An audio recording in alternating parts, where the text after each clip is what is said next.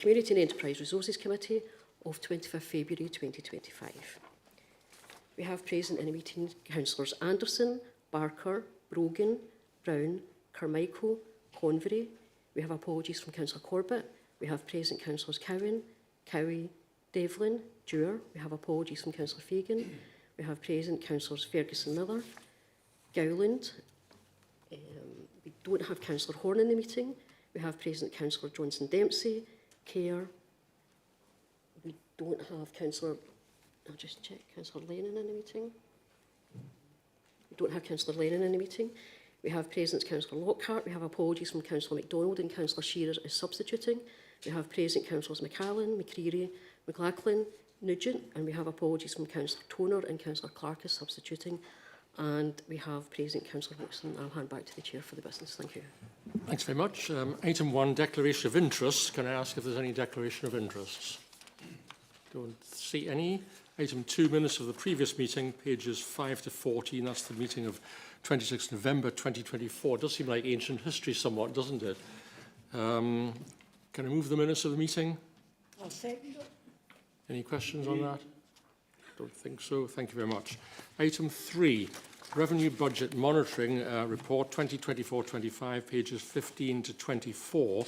Can I invite Louise Harvey to speak to the report? Louise. Thank you, Chair, and good afternoon, members. So this is the third report to committee on the revenue budget for the period 1st of April through to the 27th of December, which is period 10 of our financial year. Turning to the main financial implications of the report, paragraph 5.1 outlines the resource is projecting an outturn for 24-25 of an underspend of 40,000 before our transfers to reserves and a balanced budget position after the contributions to reserves, and these reserves are outlined in Appendix B.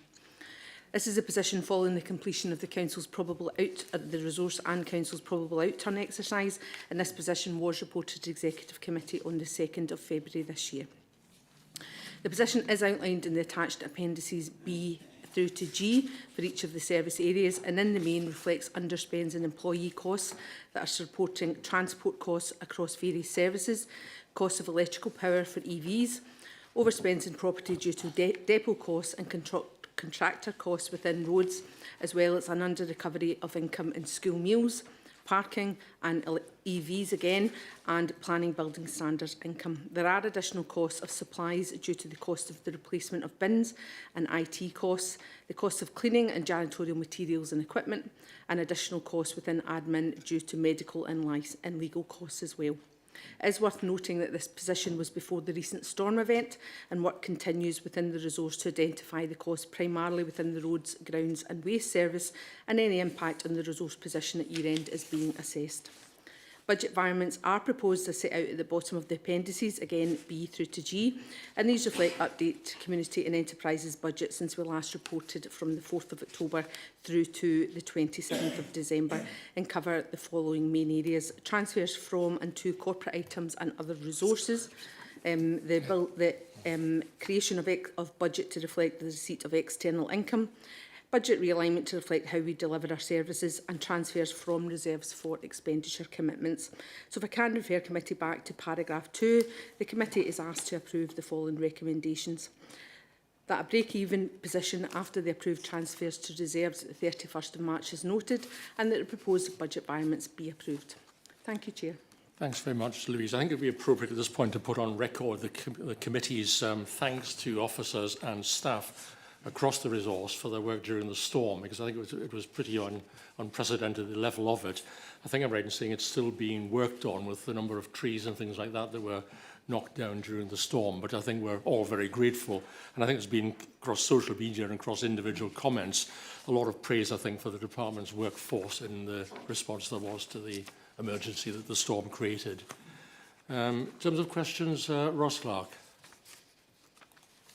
Yeah, thank you, Chair, and I certainly would support the remarks you've just made there in relation to the work and effort of our council staff during the recent storm. And I would put on record our group's thanks to them. My questions relate to the employee costs, which are detailed in appendices B through to G. I know there's quite a considerably high underspend that appears Certainly over the full resource, looks like it's about 4 million, 4% there. And I do know on the next appendix, it does mention that, you know, the underspend relation to vacancies and staff turnover. I don't expect you to have an exact figure in terms of vacancies just now, but just to ask how the general picture is looking there, what extra action are we putting in place to fill these vacancies and getting people, you know, into work, which will not only obviously help the resource, but, you know, South Lanarkshire as a whole. I think Elaine's going to come in on that, if that's okay. Who's answering? Elaine.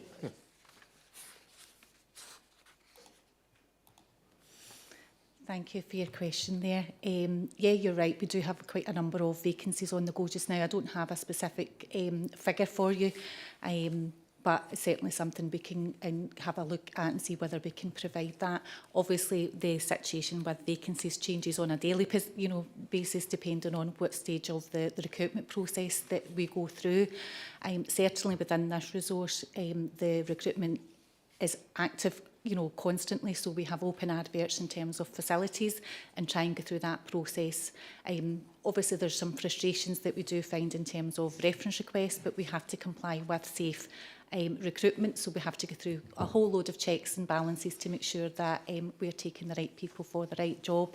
But certainly between the resource officers and the personnel team is something that we're trying to actively pursue to make sure that we're trying to increase the period of time in terms of the point of advert and getting people in. So it's certainly on our agenda and something that you'll be seeing coming through in terms of the workforce planning soon. Okay. I think, to be fair, it's an ongoing issue, isn't it, across a number of not just council resources, but outside industry as well. Bit of a recruitment crisis at the moment. Councillor Barker. Ralph. Well, thank you, Chair, and tell me if it's not the appropriate time to ask this. I do agree with the amount of work our services did after the storm, and particularly in reopening roads from fallen trees. I just wanted the kind of the briefest explanation here or later. The council can't be responsible for all the trees anywhere near roads, but we have had to move other people's trees, if you like, just to open roads. And I just wondered how far that responsibility goes, or whether we can charge back for trees that have fallen across the roads. Thanks, Chair. Thank you. Yes. Colin.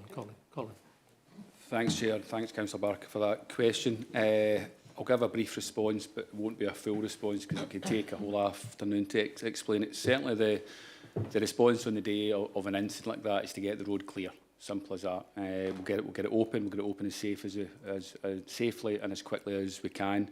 In terms of whether we can recharge landowners, I think each case would have to be assessed in its own merit. So, for example, if we had made a landowner aware of an issue over a tree over the years, maybe we'd been in correspondence with them, or we'd ask them to take action, either directly myself or through Kevin's team. And then the tree came down. There's a conversation to be had there, but there was lots of trees, very safe and mature trees, no issues of any disease, just came down during that kind of storm. And sadly, they're still coming down over the weekend there with much lesser and weaker winds. The trees were still coming down with a closure on the A72 on Sunday.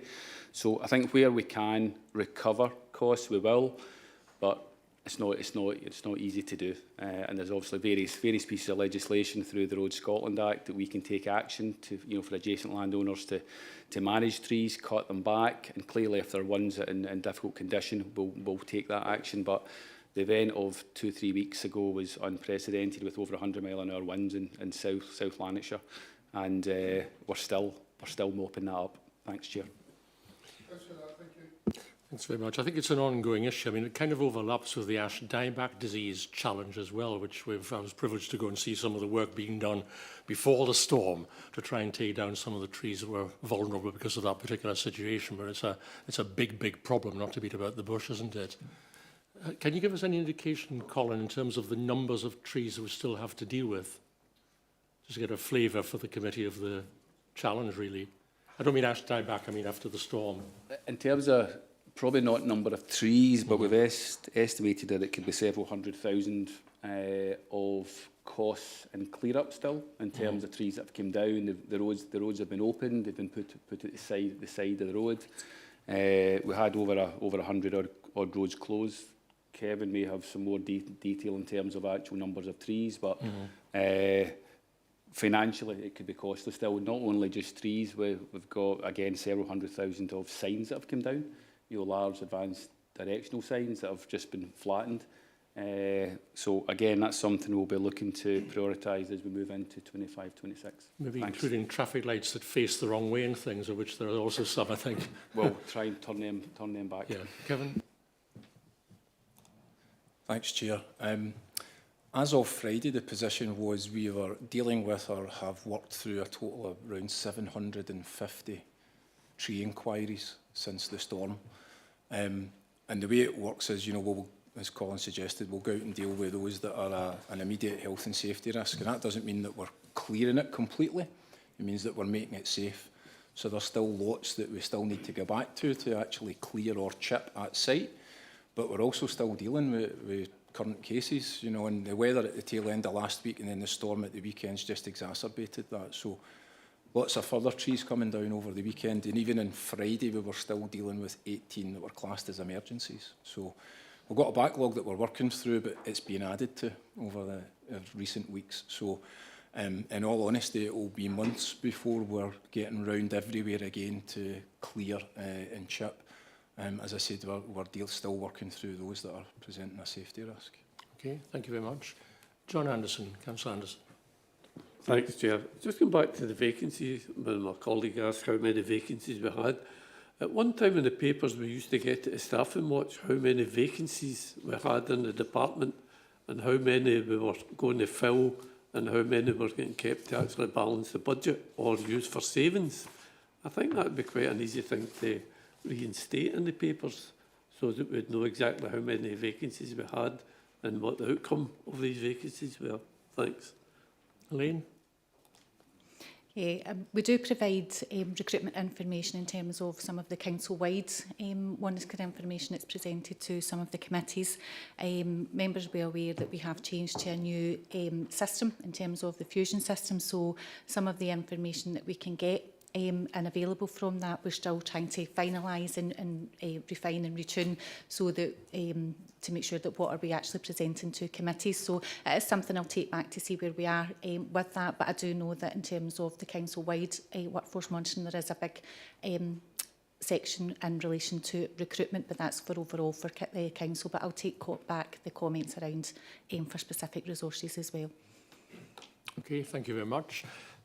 No further questions. Can I therefore move the approval of the report? I'll second it. Thank you very much. That's agreed.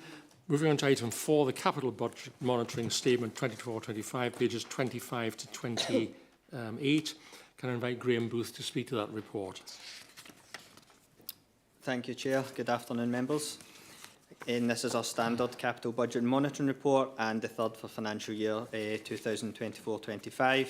And it reflects the budget spend and outturn position up to the end of December, which is our accounting period 10.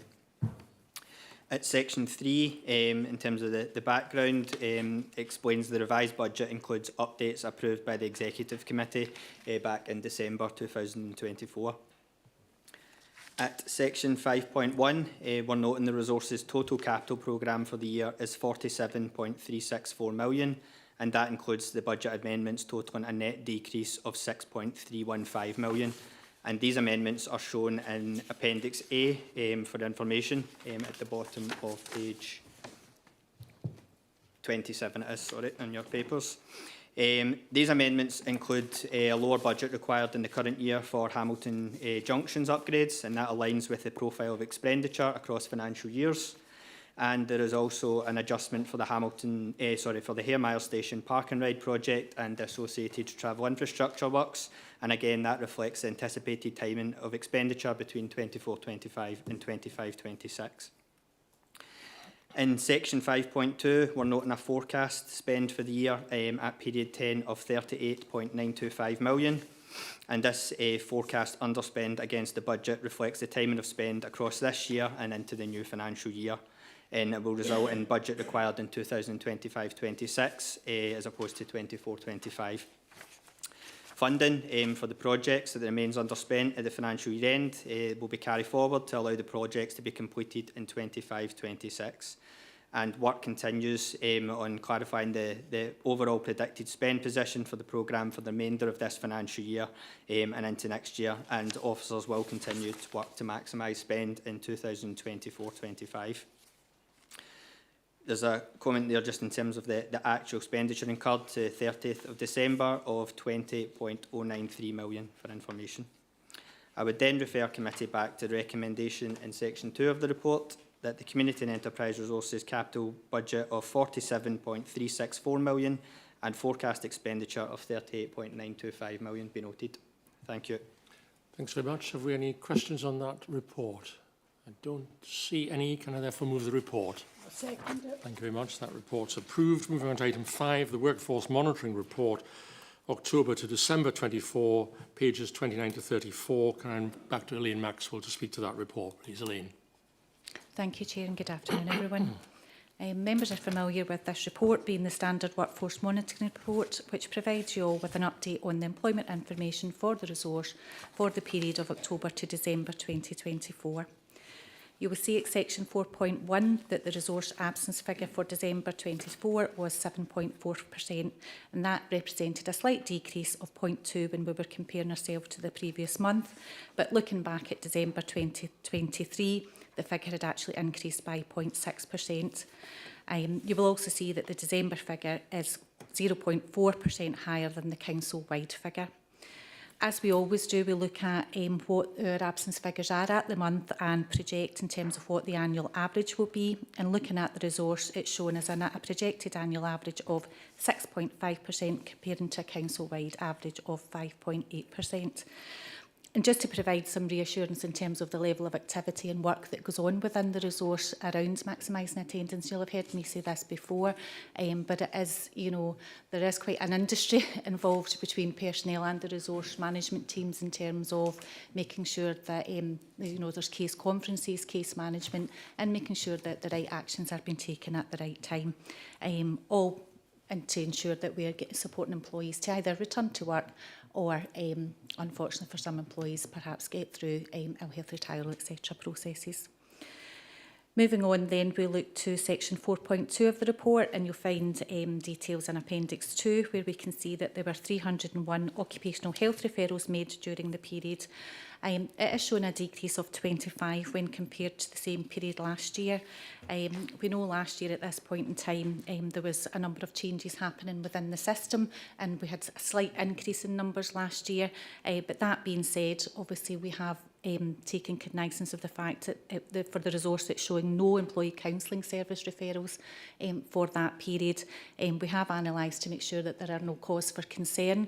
Again, just to provide reassurance to members that any employee who goes reports absence with a psychological absence, physio, something with a musculoskeletal, are all referred automatically to the employee support officer and are asked if they want to access physiotherapy. So just to provide that reassurance to you all.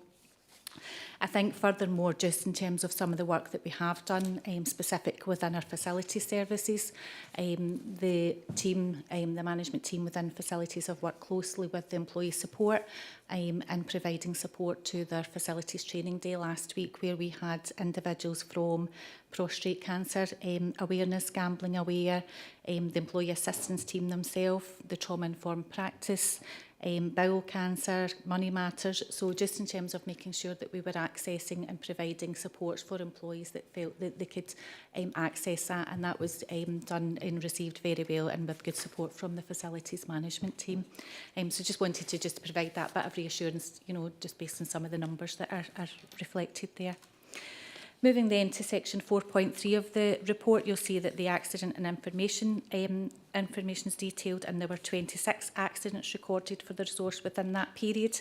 And again, when you look at the table, you will know that how we record and report these at committees are different now. So in terms of not being able to do a true comparison to the same period of last year. Section 4.4 then outlines employee relations activity, and we'll see that there was 21 disciplinary hearings held within the resource over that 3-month period. There was 1 internal resource appeal hearing heard, one grievance hearing, 2 dignity at work complaints raised, and there were no appeals heard at the appeals panel, and at the time of the report being written there were none pending. Again, then moving on to section 4.5 of the report in terms of analysis of leavers, and I suppose touching into some of the questions that have came around recruitment and turnover, we can see that there were 34 leavers eligible for an next interview during that period of time. And obviously it's noted in terms of the 8 that were carried out. And with that, I would ask committee to refer to section 2 within the report and ask you to approve the recommendation to note the employment information for the resource for the period October to December 2024. Thank you. Thanks very much, Elaine. Any questions on that report? No question. Sorry, Ralph Barker. Right, thanks, Chair. So I'm just trying to find the page. I'm quite sure Elaine will know. Well, I don't want to know the details, but we have 13 cases of violence recorded. Sorry if I can't find it quick enough. It's in the middle of I Appendix just 2. wondered, thanks. Yeah, page 33. I just, just roughly, was it serious violence, and is it mainly members of the public? I wonder if you had any idea on that. It seems quite a lot. Elaine? I don't have the specific details of that, but I can certainly check. Just again, for reassurance, obviously all of our accidents and incidents, including the violent incidents, are all investigated in terms of corrective action and appropriate steps taking place. There has been nothing specifically highlighted to me in terms of any cause for concern, but just to provide you reassurance, I will just go back and ask the question without obviously giving any personal details of it, just to make sure that I can provide reassurance to committee on that front. I think that would be useful. It certainly is quite a big increase, isn't it, from 3 to 13 over the previous period, so maybe worthwhile having a look at. Thank you. All right. No other questions. Can I move the report? I'll second it. Report's approved. Moving on to item 6, which is the Community Benefit Fund's Renewable Energy Fund grant applications, pages 35 to 44, of which there are quite a few. Can I invite Alison Brown to speak to the report? Thank you and good afternoon.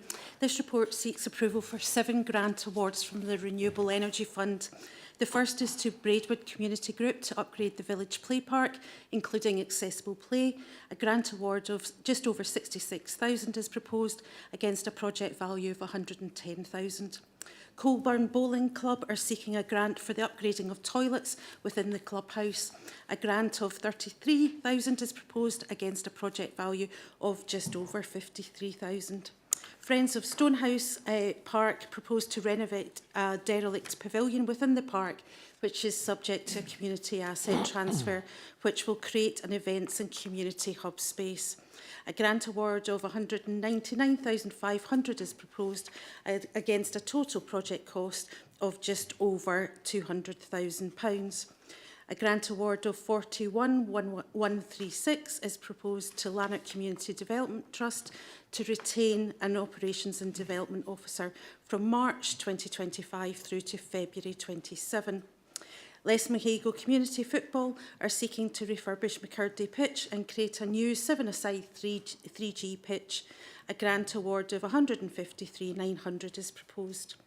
Sanford and Upper Avondale Community Council are looking to redesign the village car park and increase parking from 4 spaces to 11 spaces. A grant award of just over £54,000 is proposed against a total project cost of just over £99,000. And finally, the Welcome All Hub in Carstairs are seeking to employ a part-time development officer from April this year through to November 2026. The officer will tackle a number of issues, including poverty and social isolation. A grant award of just over £70,000 is proposed against a total project cost of £108,000. And with that, I just take you back to the recommendation and seek committee's approval for all 7 of those grant awards. Thanks very much, Alison. It does strike me that there's more use being made of the greater leeway that we gave them in terms of the Renewable Energy Fund conditions in some of these recommendations. I think it looks a bit more strategic than some of the ones in the past. David Shearer.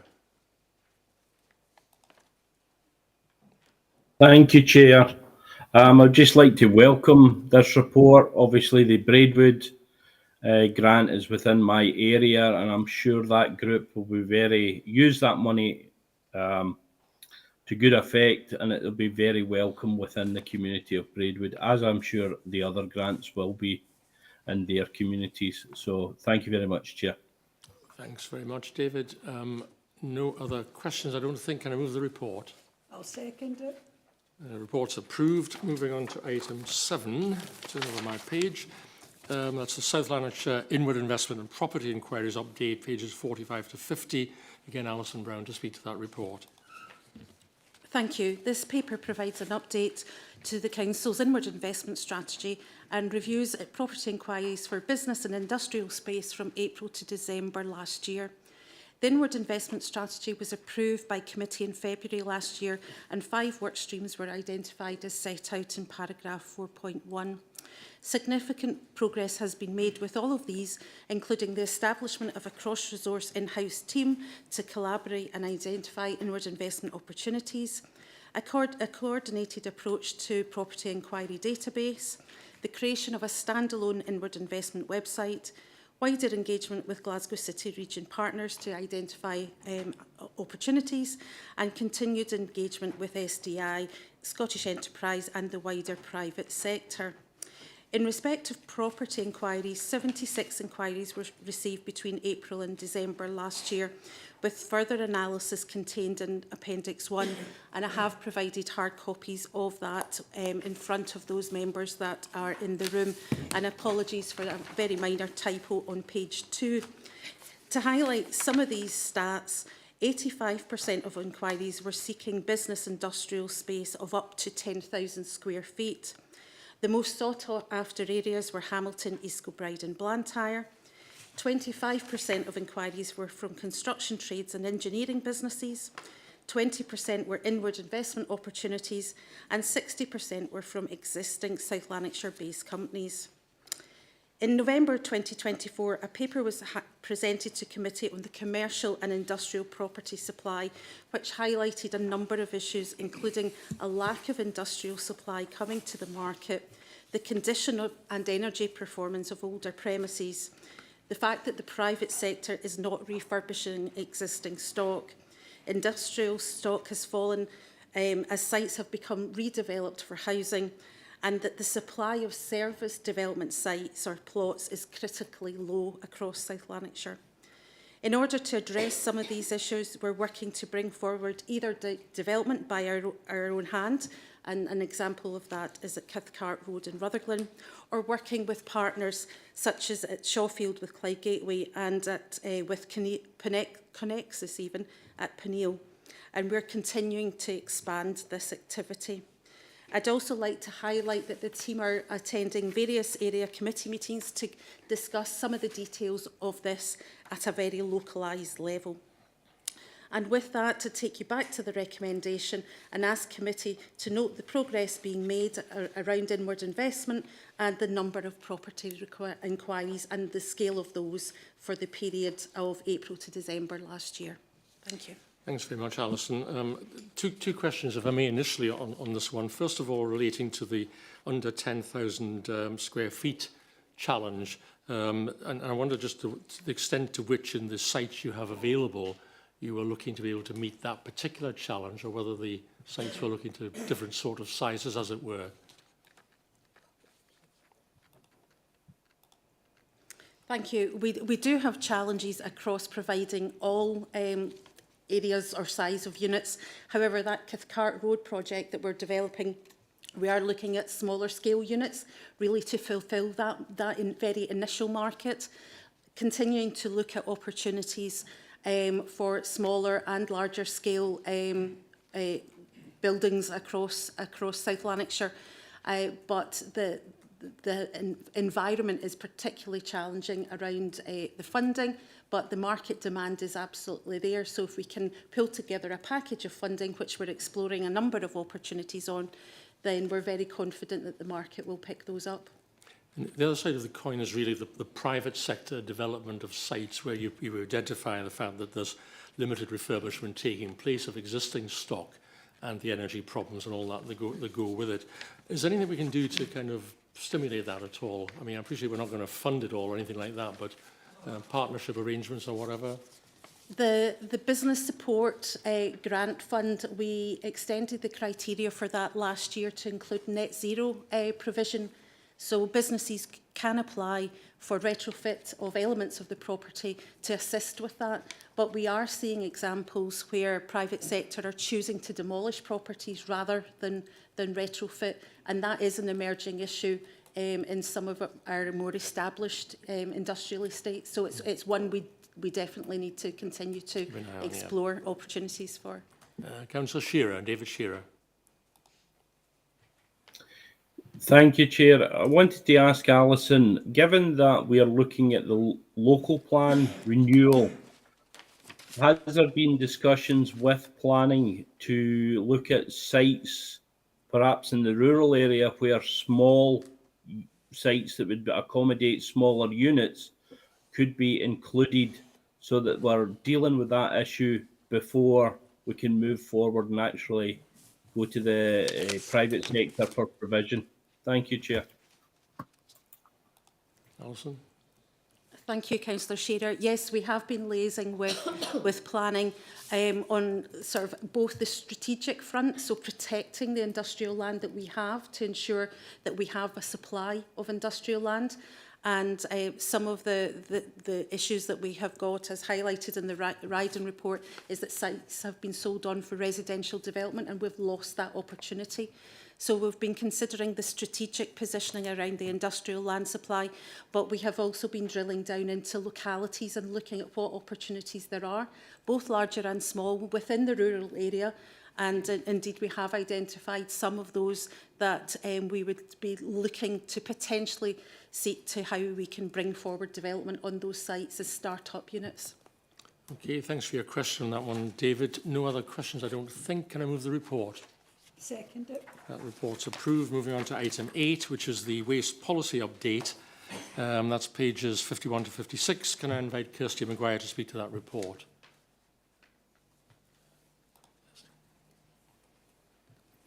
Thank you, Chair, and good afternoon, members.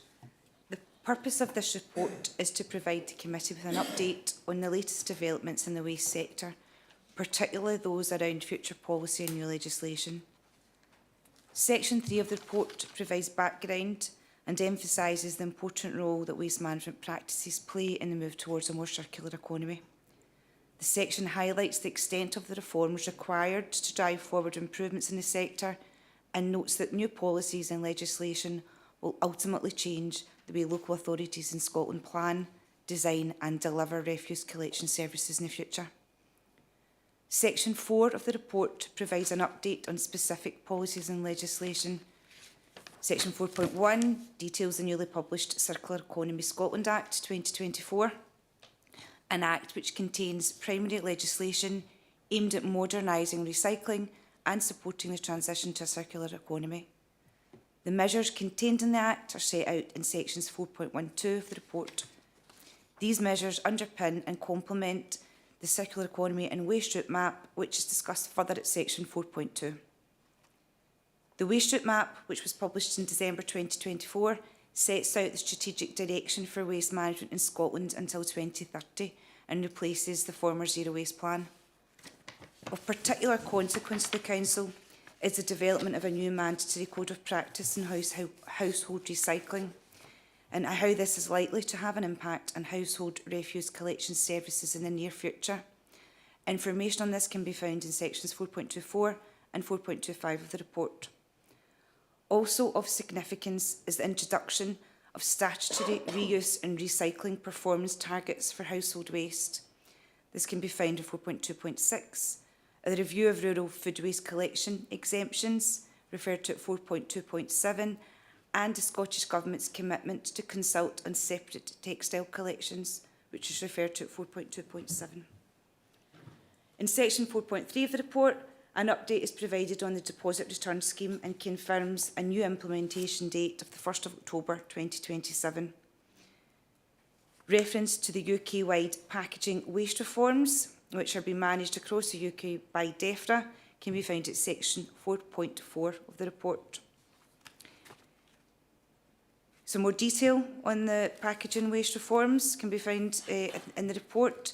It sets out the rationale for the scheme, which aims to ensure that producers pay for the collection and disposal of all packaging waste they put in the market. The scheme, which aligns with the polluter pays principle, aims to drive an increase in reuse, recycling and waste reduction across the UK. Section 4.42 of the report provides an update on DEFRA's current estimate of how much the Council will spend on collecting and disposing of in-scope packaging waste from households, and that relates primarily to curbside and via household waste and recycling centres during the period 2025 and 2026. The current estimate is 7.779 million. However, it's important to note that this could change once the scheme administrator, who has recently been appointed, has reviewed the process model. In section 4.43 of the report, it notes that the Scottish Government is committed to ensuring that year one funding remains with local authorities, and it is in addition to local authority budgets. However, there is an expectation that that money will be used to improve recycling rates and to reduce carbon emissions. The section also points out that Waste Services are continuing to liaise with other local authorities and COSLA to understand the extent of any restrictions and how this money can be spent. And it commits the service to providing a further update when more information is known. Section 4.5 of the report provides an update on the latest position regarding the UK emissions trading scheme and the inclusion of energy from waste facilities into the scheme from 2028 onwards. It acknowledges the potential considerable financial burden associated with this for the Council. The report also contains some potential ways, some potential suggestions for mitigating the financial liability associated with the scheme. The appendix to the report contains a high-level timeline for implementation of the legislation that's discussed in the report. So referring back to section 2, the committee is asked to approve that the latest developments within the waste sector regarding forthcoming policies and legislation be noted. Thank you, Chair. Thanks very much, Kirsty. This is a pretty important report, actually, in a number of regards, not least for policy going down the line. Questions? John Anderson. John. Thanks, Chair. It's regarding 4.41 and 4.42, and as we heard there, the expectation is that this money coming from the producer's responsibility and obligations. Will this administration ensure this money is used for this purpose and not just be swallowed up in some other funding? I think it is quite important if we're saying to the producers, you're responsible for paying for some of the collections and whatnot, that money is actually used for that and not, as I say, swallowed up in the big budget. Thanks. Sorry, David. Thanks very much, Chair. Thank you very much, Councillor Anderson. I suppose what I would say would be premature at the moment to say very much more than we've got in this report about this money. As Kirsty has highlighted, we don't know what the exact figure will be. It will be reviewed on a number of stages before we receive the money. It is only 1 year's amount of money that the Scottish Government has said that it's kind of making sure that we receive. And we don't have, most importantly, we don't have the conditions around about what the use of that money would be. And I think for that reason, well, this money hasn't been accounted in terms of the projections for the any proposals in terms of budget setting for the forthcoming year, for the reasons that has been explained in the report, that we don't know the conditions. So once we do understand a bit more about that, we will take this forward to appropriate committee and propose a way forward in terms of the money. Thanks very much, David. I'd also observe, if I may, that I think this is, because it's a 1 year thing we know about at the moment, if Councillor Anderson and his colleagues can do what they can with the Scottish Government, with their influence, to ensure that in future years it's additional to the settlement proposals we get from the Government for other local government funding. I think that's the kind of more important underlying issue, if I may say so. Councillor Cal Johnson-Dempsey. Cal. Thank you, Chair. Much of this is welcome, but there's also some concerning things in it. For example, the deposit return scheme. Of course, the Scottish Government's original scheme did include glass, but unfortunately UK-wide one that we've been forced into won't.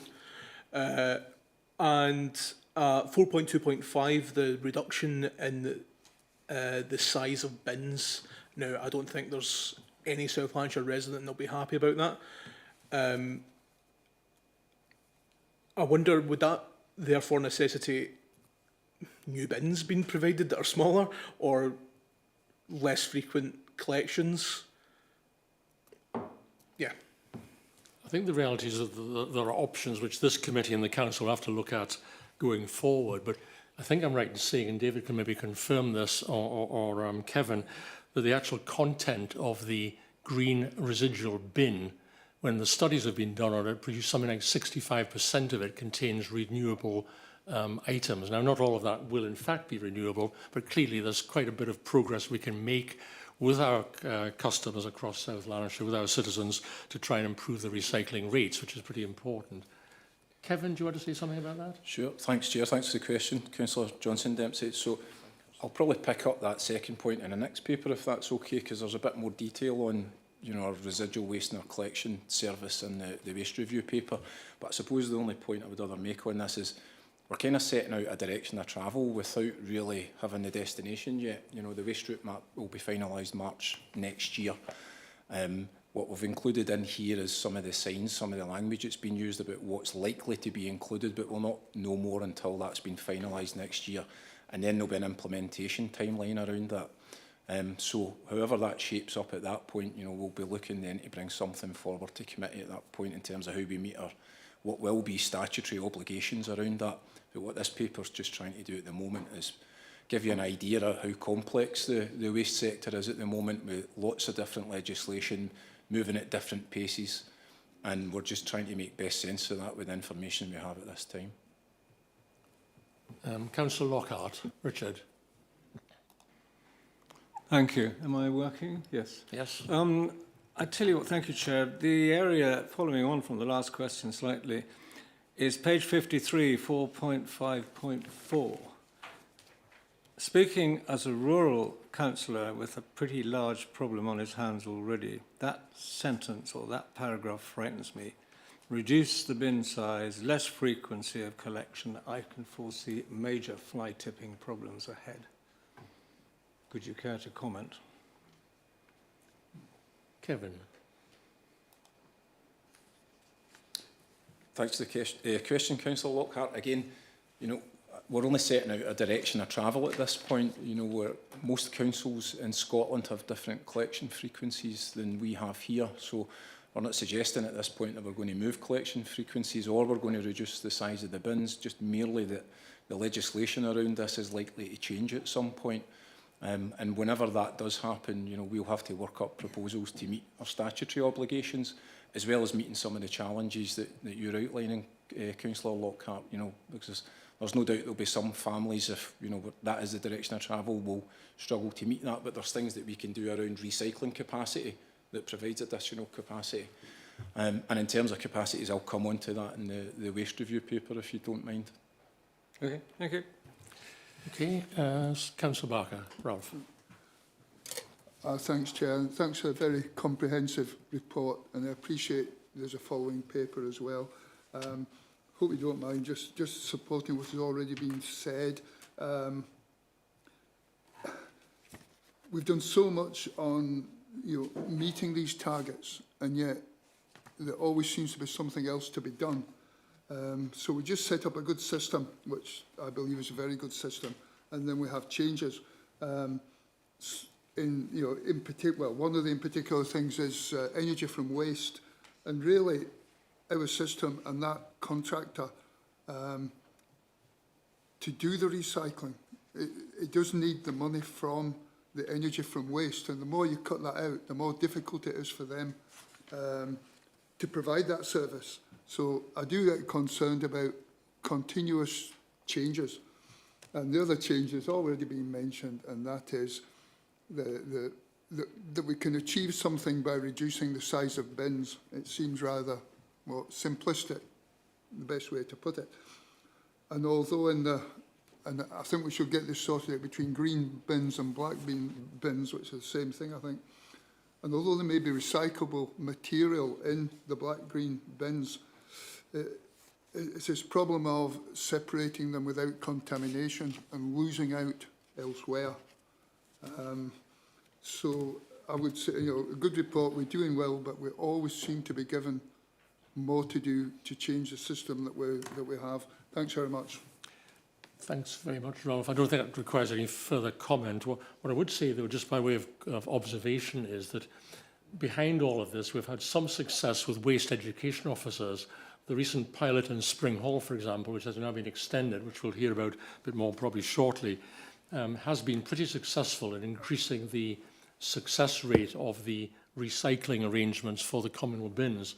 And that's one of the big challenges, what happens with tenemental properties and how that works. So going forward, I think there's some potential to say there's things we can do, but there's also the importance of waste awareness officers to support that as well.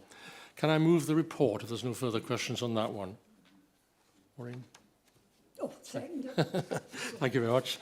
That report's approved. We move on to item 9, which is the Waste Management Review Update, which is obviously a linked paper, pages 57 to 64. And in this instance, back to Kevin Carr to speak to the report. Kevin. Thanks, Chair. The purpose of today's paper is to provide members with an update on work undertaken as part of the Waste Management Review. Previous update papers were presented to this committee in June last year that saw the introduction of a booking system for household waste recycling centres, a new permit scheme for garden waste collection, and operational changes to manage the collection and treatment of waste upholstered domestic seating. The previous policy paper that we've just been discussing provides the context for the waste review and hopefully gives an idea of how complex and how much legislative change is driving the waste sector at this present time. The first 3 work streams of the waste review focused on the Council's 6 household waste recycling centres, of which the Council operates 1 with 5 managed by an external contractor. The review included location and drive time analysis, as well as analysis of usage patterns which supported the introduction of the booking system. Further recommendations from the review helped shape the new contract, which commenced in April 2024. The harmonised contract includes for the first time a guaranteed recycling percentage of 70% across all sites, a new payment mechanism to incentivise the contractor to exceed recycling performance, as well as providing granular detail of costs, and a new performance management framework to encourage high standards. Further work streams focused on the waste collection service. There are 159,000 households in South Lanarkshire, with approximately 47,000 of those flatted properties, where restrictions often mean that insufficient recycling capacity is available to residents. This factor remains the biggest challenge for the Council in improving recycling levels. The Waste Review has incorporated 2 aligned projects aimed at maximising opportunities for recycling at appropriate flatted accommodation. The first project has redesignated blue co-mingled bins to paper, card and cardboard only. The second project has seen the rollout of unique Perspex communal bins with Perspex panels aimed at reducing contamination. This project was facilitated by 2 successful grant applications to Zero Waste Scotland via the Recycling Improvement Fund that provided £283,000 for the purchase of the bins. A comms plan was also developed with the support of Zero Waste Scotland, and since implementation in Spring Hall, Cambuslang last year, over 15 tonnes of waste has been sent for recycling that would otherwise have been disposed of as residual waste. The majority of the collection service, which is approximately 70% of South Lanarkshire's properties, have been provided with the full 4-bin service. To support the review of the collection service, a composition analysis was undertaken to study the waste types found in the average residual bin in South Lanarkshire. This demonstrated that 66% of waste within the residual bin could have been recycled in a curbside recycling bin.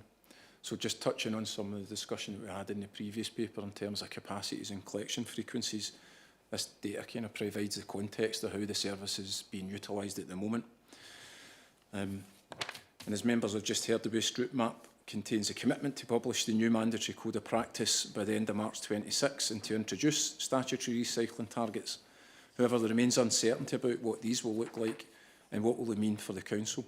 So given this uncertainty, it's proposed to pause any further work on changing refuse collection frequencies or waste capacities until more details are known about the Charter. Although the recommendation is that the service does not make any changes to the collection frequencies at this time, a full collection rerouting exercise is required to take account of new build properties, changes to tipping locations and to improve efficiencies in the existing routes. This work is currently being undertaken at the moment. This specific work also links to two IT developments that have progressed as part of the review. First two phases of this work saw the implementation of in-cab technology in all refuse collection vehicles, as well as new modelling and routing software. Phase 3 is currently being scoped and aims to improve the customer experience by developing enhanced online collection calendars and making it easier to report waste-related issues such as missed bins. This phase will contribute to the Council's objective to channel shift, with customers able to access services online rather than via the call centre. The final work stream of the waste review focused on depots, infrastructure and operations. The refuse collection service operates from 3 locations: Forest Street, Depot Blantyre, Sandy Road in Curluke and the Castle Hill Waste Transfer Station in Curluke. Each location has been considered as part of the review process, with analysis undertaken in drive times, population density, asset condition, operational efficiency and health and safety. The analysis demonstrated that Forest Street, Blantyre is in the optimum location for servicing the majority of the population in South Lanarkshire. The analysis also shows that the optimum location for a satellite depot is in the Lanark area rather than Curluke, where the current satellite depot is located. The Curluke depot is in a poor state of repair, however, will continue to be utilised in the short to medium term. Given the analysis, opportunities to rationalise and improve the Council's infrastructure for frontline services will be explored as part of the Council's transformation programme. Finally, some operational changes are already underway. 5 collection crews that service Larkhall, Stonehouse and Lesmahago will be relocated from Curluke to Forest Street. The transfer station in Curluke will also cease to be used for bulk and residual waste. The building is in poor condition and operation of the site is inefficient. And from April, waste will be transported directly to the disposal contractor by refuse collection vehicles. These changes will have no impact on the revenue budget and will be implemented on a cost-neutral basis. So it's a high-level summary of the paper, and I'm happy to take any questions. Thanks very much, Kevin. Again, an important report, and I'd like to thank Kevin and his team for all the work that's gone into it, because it's been really there's quite a substantial amount of stuff involved in that, to say the least. In terms of questions, Cal Johnson-Dempsey. Cal. Thanks, Chair. At 5.1, the pie chart shows of residual bin composition, 37% could have been in the burgundy bin. I'm concerned that, given the fact we're introducing a £45 charge for garden waste permits, that we could soon see a much higher percentage there. Wonder if anything's been looked at to see whether we think there'll be some non-compliance with that. And the reason is because, obviously, I'm hearing from my constituents, from people in the community, Facebook. People are saying, well, I'm just going to put my garden waste into a black bin bag and shove it in the black bin, or green bin as you have in some areas. And I'm concerned that's going to be a much bigger issue. Kevin, I think we have some experience from other councils apart from anything else on this, don't we? Thanks, Chair. Thanks for the question, Councillor Johnson-Dempsey. No, your point's well made. There's 24 other, I think, local authorities in Scotland now who have introduced this, and we've tried to learn from their experience when we've been developing this model. So it's been accepted elsewhere that there is an element of garden waste that will now move to the residual waste bin. The key thing for us is to get the message out there that, you know, we're encouraging residents to use their bin infrastructure responsibly, and they can continue to use recycling centres free of charge. The Chair's already mentioned the importance of waste awareness and engagement, and we'll be picking that up, you know, quite a bit over the summer period again to encourage responsible use of the bins. Okay, Councillor David Shearer. David. Yep. Thank you, Chair. I'm a wee bit concerned on Kevin's report about the downgrading of facilities within Carluke. I hope that doesn't translate to a downgrading of service for the constituents of Carluke. I hope that the civic amenity site is there and is still being able to be used. I think that's vitally important. I would ask that we keep somebody there to advise members of the public, because I have had feedback when people are taking mattresses to the civic amenity site, they're being turned away because the mattresses are difficult to recycle or to deal with. Now, surely if we cannot deal with, somebody turns up at our civic community sites, we don't know what they're bringing, they turn up with something which is not easily recyclable, I would hope that we would be able to give advice to that person as to how best to dispose of it and not just be turning people away. Thank you, Chair. Kevin? Thanks for the council. Question, Councillor Shearer. So just to pick up your first point about the downgrading of services, so I think all we've tried to recognise in the review paper is, you know, the analysis that we've done in terms of the facilities and the buildings that we operate out of in Carluke is that they're not in great condition. So that's not great for our workforce, it's not great for our employees, it's not great for our budget either. And all we're saying in this paper is that we've got a drive time analysis now that supports that if we were building this service, you know, from the start again, that we would look to relocate, it would have started further south in the area.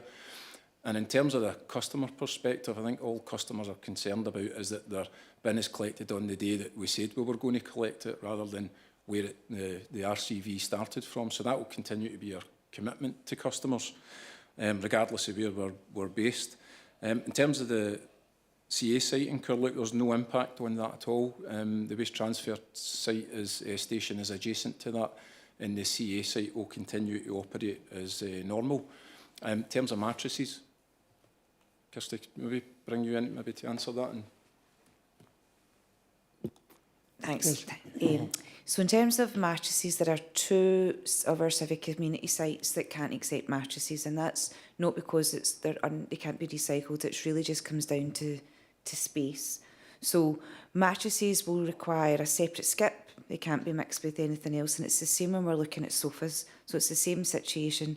Any kind of upholstered domestic seating that we use. So those 2 sites are Larkhall and Straven. They're not operated by the council, they're operated by BIFA, but they are our smallest sites.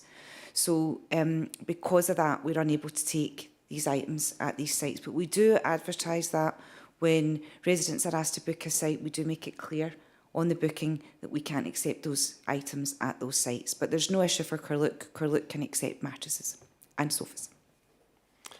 Okay, Ralph Barker. Ralph. Thank you, Chair, and thank you for another very good report. And to be fair, Kevin has perhaps pre-answered my question. And it just got the present closure for safety reasons of the Carluke Household Waste Recycling Centre. It just comes at an unfortunate time when, as Councillor Johnson-Dempsey says, councillors are getting a lot of negative comments from, for a small section of the community of the £45 waste charge.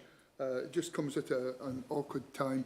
But I think Kevin's explained that plans are there to renew that recycling centre.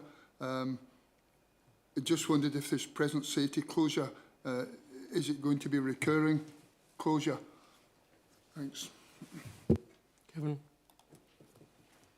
Thanks, Councillor Barker. No, it's a result of the storm at the weekend. So obviously with the weather that we experienced and the wind, there was a number of roof panels that came loose overnight Saturday night, which enforced the closure on Sunday. I think we're hoping to have a temporary repair done today to allow the site to open tomorrow, and that will allow a full repair over time. Thank you. That's good. And Richard Lockhart. Thank you, Chair. This is a broader question, really. We are reading increasingly about proposals, if you like, to make supermarkets and larger suppliers like that be more responsible about the packaging and all the rest of it, and perhaps provide facilities for their recycling. They used to have them, but they've taken them away by the look of it. There's two questions, really. One is does the Scottish Government have responsibility for this recycling and the packaging, or is that a UK-wide law that's possibly coming down the track? And is there any indication, if you like, of when that is likely to be coming down the track? Because it'll help you a lot, obviously, in terms of recycling. Kevin? Thanks, Councillor Lockhart. I missed your second question, so I'll come back to that. But to answer your first question, the EPR is a UK-wide scheme, so it's administered by DEFRA. So a relationship around that is direct with DEFRA rather than the Scottish Government. Okay. Sorry, I missed your second question. Well, I'm just wondering if there's any indication of when these laws regarding the supermarket's responsibility for the way they package things is likely to come down the track. I mean, where is it? Is it just a talking point, or is it actually actively being considered now? I suppose the point of this legislation is to force producers to think about the packaging to produce, because the thing that makes them really pay attention is when actually there's a financial penalty. So all of the money that's coming in now to the system is from producers. Now, nobody's naive, that will eventually be passed on to the consumer. But at the moment, the point is to incentivise the producer by attaching this financial penalty, as it looks to them, to incentivise them to reduce their packaging and to get more funding into the waste sector to allow local authorities and hopefully commerce at some point to consider and improve our recycling opportunities for even some of the packaging that's harder to recycle at this moment in time. Okay. Okay, no further questions, I don't think. Can I therefore move what's an important report, and obviously there's chapter 2 is yet to come, isn't it? Further things down the line. Can I move the report? Report is approved. There's no urgent business, and therefore can I draw the meeting to an end and thank colleagues for their attendance today. Thank you.